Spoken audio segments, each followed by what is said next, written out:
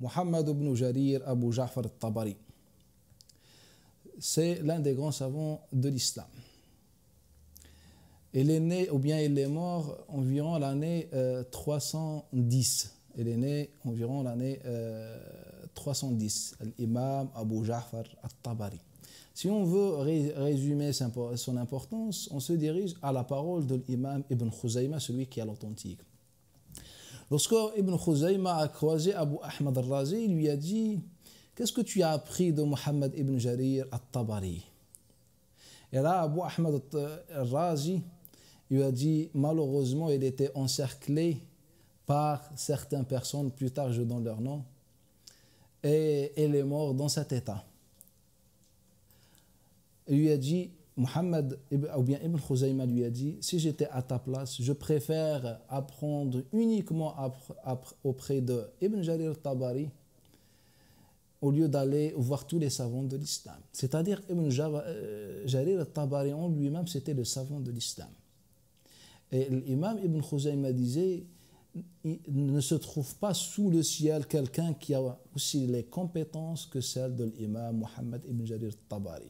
Et aussi, lorsque on voit dans les chroniques et l'histoire, l'imam ibn Jarir al-Tabari, c'est la référence de la majorité des historiens. Par exemple, Ibn Kathir, dans son livre Al-Bidaya wa Nihaya, qu'est-ce qu'il a fait? Il a juste enlevé les chaînes de transmission, un peu enlevé certaines versions, pas plus que ça, qui se trouvent déjà dans le livre de Tabari. L'imam Ibn al-Athir, dans son livre Al-Kamil, c'est la même manière. Al-Kamil, c'est le résumé de Tariq al-Imam al-Tabari. C'est-à-dire l'imam al-Tabari, c'est l'une des références de l'islam. Et Tabari, lorsqu'il parle de son ouvrage Tariq, il a dit, j'ai dit dans son introduction, il a dit, j'ai dit à des savants, c'est qui peut prendre la responsabilité d'écrire l'histoire de Adam alayhi salam jusqu'au aujourd'hui. Ils lui ont dit: mais c'est qui peut être capable de faire toute cette histoire? فَقَالَ لَقَدْ ضَاعَتْ الْهِمَمْ. Nous avons perdu al-himam, les volontés.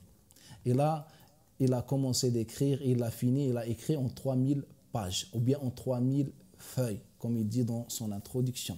Donc l'imam Ibn Jarir al-Tabari, ce grand savant de l'islam, malheureusement, il a été assassiné. Il est mort, mais en vérité, il a été assassiné par les musulmans. Pas par tous les musulmans, mais juste par les musulmans, ça fait mal au cœur. L'imam Muhammad ibn Jarir al-Tabari est mort, il est mort chez lui, dans la maison, enfermé, encerclé par des musulmans. L'histoire du sacrifice de l'imam al-Tabari commence par les savants de gouverneurs, les savants qui veulent donner à la dunya. Un jour, il apprend l'imam ibn Jarir al-Tabari que Abu Bakr ibn Abi Daouda a écrit un livre ou bien a affaibli un hadith du prophète sallallahu alayhi wa sallam. Abu Bakr ibn Daoud, c'est le fils de Abu Daoud, celui qui a as-Sunan. Le père disait sur son fils: il est menteur, kadhab.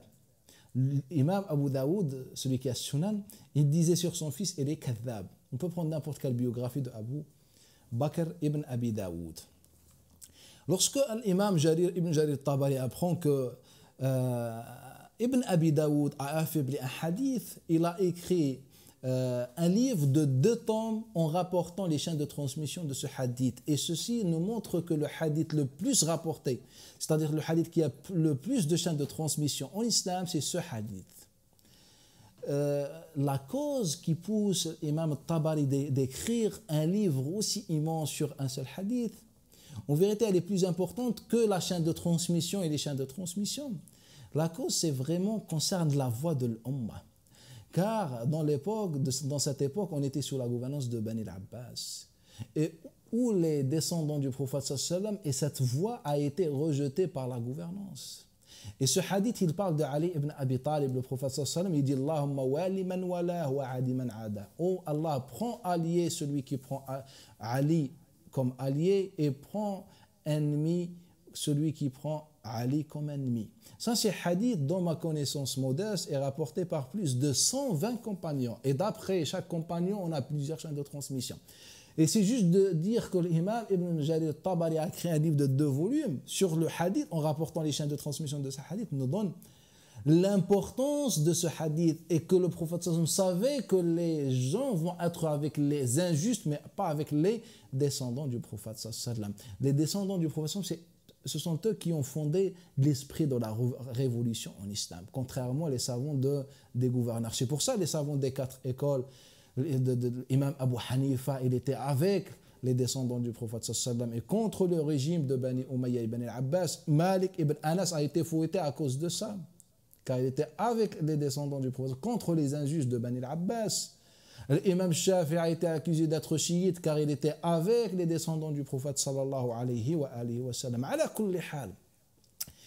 Mais cette tentative de Abu Bakr en essayant d'affaiblir le hadith, ce n'est pas par rapport au hadith, c'est par rapport au sens et au contenu du hadith, car le hadith c'est une menace pour les gouverneurs. Surtout dans une époque où les descendants du prophète sallallahu prenaient la responsabilité et se révoltaient contre les injustes. Et donc, afin de bien servir le gouverneur, donc Abu Bakr ibn Abi Daoud, il va affaiblir le hadith. Mais Muhammad ibn Jarir al-Tabari, malgré ce qu'il savait que cette position peut mener à sa mort, mais il a pris la responsabilité de dévoiler la haqiqa, la vérité à la Ummah de l'Islam. Donc, il a écrit son livre. 2 volumes sur un hadith pour montrer que voilà la vérité de l'Islam. Ibn Abi Jarir al-Tabari, il avait une autre épreuve.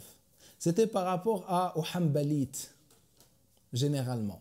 Car Abu Bakr ibn Abi Daoud, c'est un Hanbalite de toute façon. Certains Hanbalites, c'est-à-dire les fanatiques de l'Hanbaliya. Sinon, dans l'école Hanbalite, il y a des grands savants de l'Islam, comme l'imam Ibn al-Jawzi, par exemple, comme Ibn Qudam al-Maqdisi, par exemple, comme Abu Bakr al-Khallal, comme al-Athram, comme les autres. Mais certains Hanbalites fanatiques, ils avaient fait subir des épreuves à l'imam Muhammad ibn Jarir al-Tabari qui ont causé la mort de Muhammad ibn Jarir al-Tabari. Ibn Jarir al-Tabari n'était pas d'accord avec l'imam Ahmad ibn Hanbal au sujet de la récitation du Coran. Pour lui, la récitation du Coran, le Karim, est un acte des humains. Ce n'est pas la parole d'Allah Ta'ala, et c'est ça la parole et la position majoritaire de la Ummah. Que le Coran, c'est la parole d'Allah, mais le fait de réciter le Coran est créé par Allah Ta'ala, car on est créé par Allah Ta'ala, et ça, c'est ça la position de Bukhari et les autres. Ala kulli hal.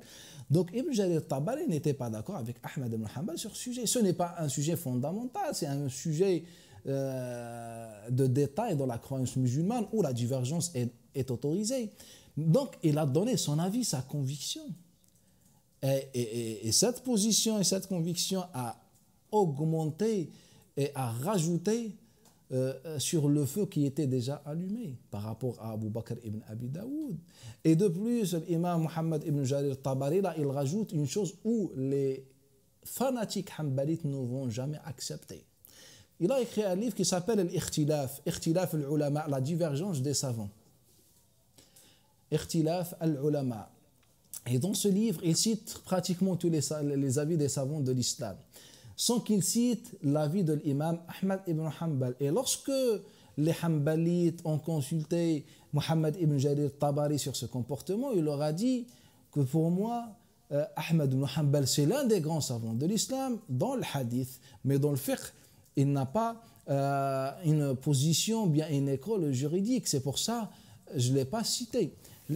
Notre sujet, ce n'est pas est-ce que Ahmad est un savant de le fiqh ou pas, mais on parle d'une vérité, d'une conviction. Quand un savant, lorsqu'il donne une conviction, il se fait rejeter, même assassiner par la Ummah de l'islam, c'est ça ce qui est malheureux.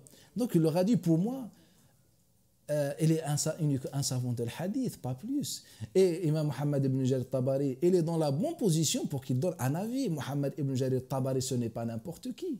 Muhammad ibn Jarir al-Tabari, c'est l'un des grands savants de l'islam et son école, elle est reconnue par son divergence. Il avait une école. Muhammad ibn Jarir al-Tabari, une école juridique, il avait une indépendance. Il ne suivait pas les écoles car lui, en lui-même, il était mujtahid mutlaq. Il donne un avis, Muhammad ibn Jarir al-Tabari. Et là, on l'a assassiné à cause de ça. Cet exemple nous donne une réalité amère, malheureusement. Lorsque on ne se réfère pas aux savants, on se réfère au nafs, on se réfère au fanatisme, on se réfère à la dunya. Car c'est la dunya et le fanatisme qui ont mené à la mort de l'imam Muhammad ibn Jarir al-Tabari radiyallahu ta'ala anhu wa ardah. Je pense que c'est une leçon à retenir, surtout dans ce contexte de la division où les savants ne sont pas considérés par beaucoup des musulmans, malheureusement. On est dans une époque où on suivait les savants, les paroles, les vérités des savants, mais dans cette époque où la passion et l'envie et les idées personnelles et le fanatisme passent avant la vérité des savants. أقول هذا الكلام وأستغفر الله لي ولكم فاستغفروه إنه هو الغفور الرحيم.